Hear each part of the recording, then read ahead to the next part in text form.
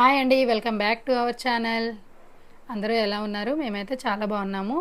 ఈరోజు అయితే నేను రొయ్యలు ఫ్రై ఎలా చేయాలి అని చూపిస్తాను. చూడండి, చాలా టేస్టీగా ఉంటుంది, చాలా సింపుల్గా కూడా చేసుకోవచ్చు. ముందుగా రొయ్యలను అయితే పొట్టు తీసుకోవాలి. తీసుకొని ఇలా క్లీన్ అయితే చేసుకోవాలి. పైన కట్ చేసి లోపల ఉన్న బ్లాక్ పార్ట్ అయితే తీయాలి. అలాగే ఇన్సైడ్ కింద సైడ్ కూడా ఉంటుంది బ్లాక్ పార్ట్, అది కూడా తీయాలి. చాలామంది ఏంటంటే పైనే తీస్తారనమాట, కింద సైడ్ అయితే తీయరు. పైన ఎలా వేస్ట్ ఉంటుందో సేమ్ కింద సైడ్ కూడా అలానే వేస్ట్ ఉంటుంది, అది కూడా తీసుకోవాలి. తీసుకుంటే అయితే చాలా టేస్టీగా కూడా ఉంటుంది. చూడండి, ఇక ఈ విధంగా వస్తుంది. ఇలా కట్ చేసుకోవాలి. నేనైతే కేజీ రొయ్యలు తీసుకున్నాను. అవి పొట్టది తీసేసరికి హాఫ్ కేజీ అయ్యాయి అనమాట. ఇంకా హాఫ్ కేజీ రొయ్యలు ఏంటంటే ఫ్రై చేద్దామనేసి ఇంక చేస్తున్నాను. ఇలా వేస్ట్ అంతా తీసుకొని ఇలా క్లీన్ చేసుకోవాలి. ఇందులోని కొద్దిగా పసుపు, అలాగే సాల్ట్, అలాగే నిమ్మరసం కూడా వేసుకొని నీట్గా కలుపుకొని బాగా వాష్ చేసుకోవాలి. చేసుకుంటే ఏంటంటే అందులో ఉన్న నీసు స్మెల్ అనేది పోతుందనమాట. చూడండి, ఈ విధంగా అయితే బాగా కలుపుకోవాలి. బాగా కలుపుకున్న తర్వాత వాష్ చేసుకోవాలి. వాష్ చేసుకుంటే ఏంటంటే ఇంకా ఈ విధంగా ఉంటాయన్నమాట. చూడండి, చాలా నీట్గా ఉంటాయి. ఇప్పుడు ఇందులోకి ఇదిగోండి ఎంత నీట్గా ఉన్నాయో ఇలా వాష్ చేసుకోవాలి. ఇసుక అది ఉంటుందన్నమాట, అంతా తీసుకొని నీట్గా వాష్ చేసుకోవాలి. చేసుకొని అందులోనే ఒక స్పూను పసుపు అయితే వేసుకోవాలి. అలాగే 2 స్పూన్స్ కారం వేసుకోవాలి.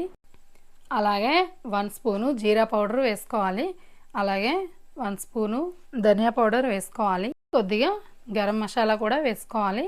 అలాగే 4-5 పచ్చిమిర్చి తీసుకొని నిలువుగా కట్ చేసుకొని వేసుకోవాలి.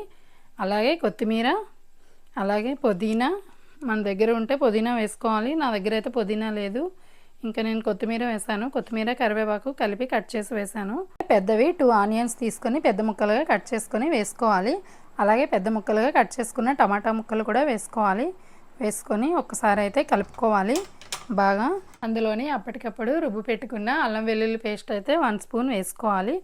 వేసుకొని ఒకసారి అయితే మొత్తం కలుపుకోవాలి ప్రెస్ చేస్తూ.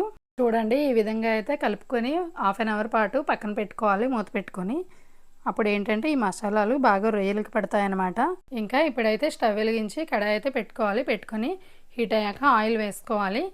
ఫ్రై కదా, ఆయిల్ కొద్దిగా ఎక్కువ ఉంటే టేస్టీగా ఉంటుంది. ఆయిల్ హీట్ అయ్యాక అందులోని బిర్యానీ మసాలా అయితే వేసుకోవాలి. ఆకు, దాల్చిన చెక్క, లవంగాలు, అనాస పువ్వు, జాపత్రి ఇవన్నీ కూడా వేసుకోవాలి.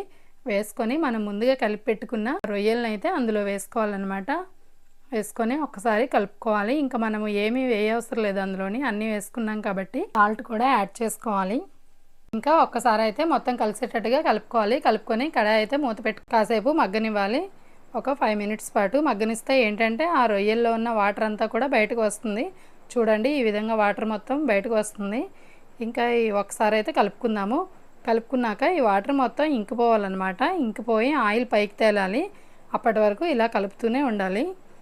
ఒకసారి కలుపుకొని మూత పెట్టుకుందాము. ఇక్కడైతే నేను మూత తీసుకొని కొద్దిగా కరివేపాకు అయితే వేసాను టేస్ట్ కోసము. ఇలా కరివేపాకు వేసుకుంటే ఏంటంటే తినేటప్పుడు చాలా బాగుంటుంది. ఇంకా ఒకసారి అయితే మూత తీసి చూద్దాము. చూడండి, ఇలా వాటర్ అంతా ఇంకిపోయి ఆయిల్ మొత్తం పైకి వచ్చింది. ఈ విధంగా వచ్చినప్పుడు ఏంటంటే ఇంకొకసారి అయితే కలుపుకోవాలి, అడుగు పట్టేస్తుంది అనమాట. కలుపుకొని ఇంకో 2 మినిట్స్ అయితే మూత పెట్టుకోవాలి. ఇంకా కొద్దిగా వాటర్ అయితే ఉంది కదా, అది మొత్తం ఇంకిపోయి చూడండి ఆయిల్ ఈ విధంగా పైకి తేలాలి. ఇంతే, రొయ్యలు ఫ్రై అయితే రెడీ అయిపోయింది. ఇది ఏంటంటే సాంబార్లో, రసంలో అది కూడా చాలా బాగుంటుంది, చాలా టేస్టీగా ఉంటుంది. చాలా సింపుల్గా కూడా చేసుకోవచ్చు. ఎవరైనా ఈ విధంగా ట్రై చేయకపోతే ఒకసారి ట్రై చేయండి, చాలా సింపుల్గా చేసుకోవచ్చు. Please like, share, subscribe my channel.